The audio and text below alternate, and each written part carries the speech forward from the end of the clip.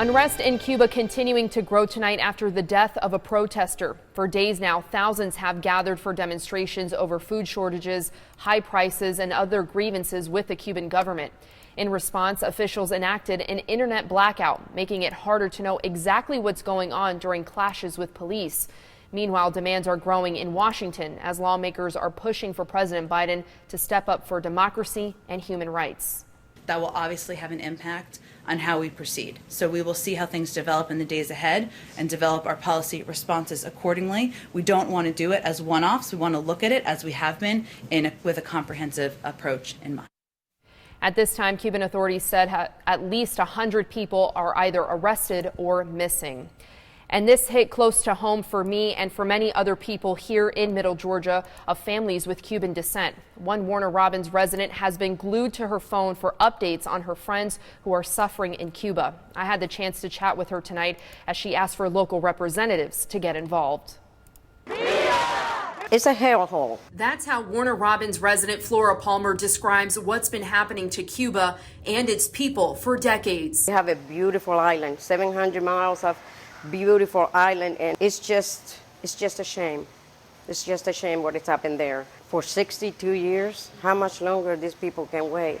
She considers herself an American, but the people of Cuba still hold a place in her heart. In fact, she works at a Cuban restaurant called Cuban Island Cafe. It reminds her of home. She was just 20 years old when she joined her family, fleeing her home country of communist Cuba, leaving everything and everyone she knew behind. It was a beautiful country, but the problem right now is that the buildings are falling apart because the people don't have the materials to fix them or the money because, you know, the pesos are worthless. For days, massive anti-government demonstrations erupted across Cuba at levels never seen before in the country's 62-year-long communist regime. That's what people are fighting for. We had no rights, we had no civil rights, we had no social rights, we have no rights at all. And I would love to be there with my people. That fight she's talking about has now turned to violence, with people throwing stones at patrol cars and police fighting back, forcibly arresting dozens of people. Flora believes the only hope for Cuba is for the U.S. government to get involved. You said you wrote to Austin Scott.